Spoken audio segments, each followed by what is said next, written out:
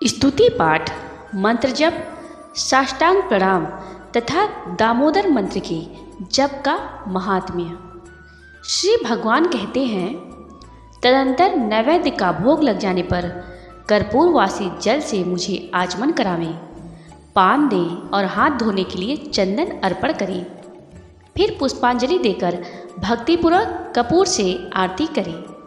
मुकुट और आभूषण आदि समर्पित करके छत्र चवर भेंट करें तथा श्याम सुंदर विग्रह वाले भगवान विष्णु मेरे प्रति कृपापूर्वक प्रसन्न मुख हैं, ऐसा ध्यान करते हुए अष्टाक्षर मंत्र का 108 बार जप और स्तोत्रों द्वारा भगवान का स्तवन करें।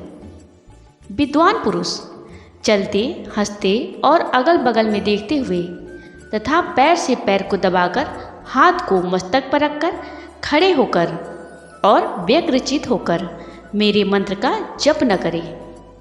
जप के समय तथा व्रत होम और पूजन आदि में दूसरों से वार्तालाप न करें। जप का फल तीर्थ आदि में सहस्त्र गुना और मेरे समीप अनंत गुना होता है। इस प्रकार अगहन के महीने में मेरी पूजा करके जो प्रदक्षिणा करता है वह पग पग पर 7 दीपों वाली पृथ्वी की परिक्रमा का पुण्य फल पाता है। सहस्त्र नाम का पाठ अथवा केवल एक नाम उच्चारण करते हुए जो भक्तिपूर्वक मेरी एक भी परिक्रमा करता है वह प्रतिदिन के पाप को भस्म कर डालता है। जिसने भक्ति भाव के साथ मेरी 108 बार परिक्रमा की है उसने उत्तम दक्षिणा वाले संपूर्ण यज्ञों का अनुष्ठान पूरा कर लिया। अब तुम एक गुड़ रहस्य की बात सुनो। अपने दामोदर नाम से मुझे ऐसी प्रसन्नता होती है कि जिसकी कहीं तुलना नहीं है। गोकुल में जब मैंने दही का मटका फोड़ डाला तब मैया यशोदा ने मेरी कमर में रस्सी लपेटकर मुझे खूब कसकर ओखली में बांध दिया। तभी से मेरा दामोदर नाम प्रसिद्ध हुआ, जो प्रतिदिन एकाग्रचित हो। सूर्योदय काल में पवित्रता पूर्वक दामोदराय नमः इस मंत्र का 3000 जप करता है और 3.5 लाख जप पूरा होने पर उद्यापन करता है।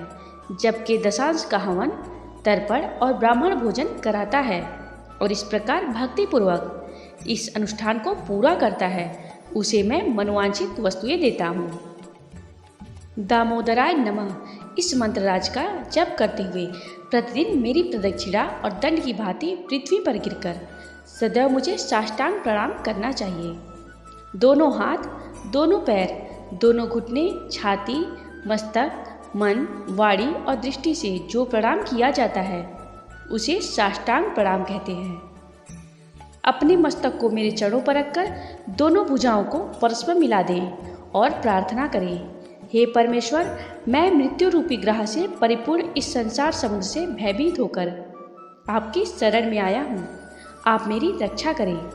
फिर मेरे द्वारा दी हुई प्रसाद माला आदि को सादर मस्तक पर चढ़ाकर मेरी पूजा की पूर्ति के लिए इस प्रकार कहें, देव जनार्दन, मैंने मंत्रहीन, भक्तिहीन और क्रियाहीन जो पूजन किया है वह सब आपकी कृपा से परिपूर्ण हो।